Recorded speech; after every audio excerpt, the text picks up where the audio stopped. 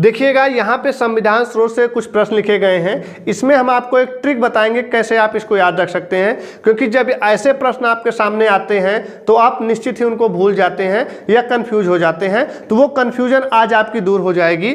यहाँ से आपको समझना है प्रस्तावना की भाषा, और यहाँ लिखा है प्रस्तावना का विचार। यानी चेंज क्या है, एक आपका भाषा है, एक आपका विचार है, और दोनों अलग अलग देश हैं। एक आपको ऑस्ट्रेलिया दिख रहा है, एक आपको संयुक्त राज्य अमेरिका, हमने अमेरिका ही लिख दिया शॉर्टकट में।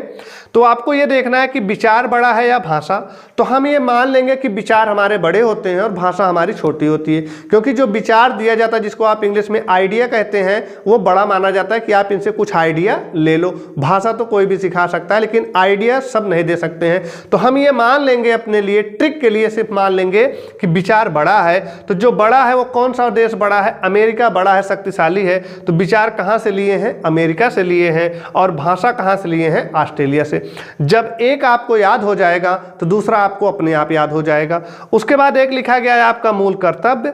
अब मूल कर्तव्य कहाँ से लिया गया है, आपका रूस से लिया गया है। और इसको आपको कैसे याद रखना है कि आपका कर्तव्य है आपसे कोई रूठने ना पाए, चाहे जो भी हो जाए, लेकिन आपसे कोई रूठना नहीं चाहिए, तो रूस हो जाएगा।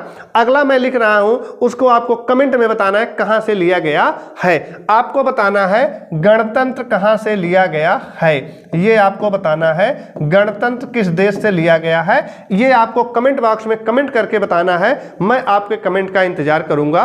धन्यवाद। अगर ट्रिक आपको अच्छी लगी हो तो कमेंट करके जरूर बताना और लाइक करना वीडियो को।